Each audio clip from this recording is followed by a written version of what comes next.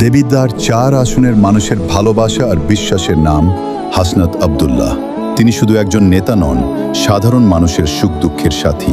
দিনের পর দিন মানুষের পাশে দাঁড়িয়ে এলাকার উন্নয়ন আর যুব সমাজের স্বপ্ন পূরণের জন্য নিরলসভাবে কাজ করে যাচ্ছেন।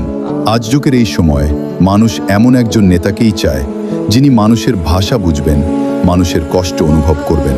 হাসনাত আব্দুল্লাহ ঠিক তেমনই একজন মানুষ, যার কাছে দলমত নয়, সবার আগে মানুষের অধিকার আর ভালোবাসা বড়।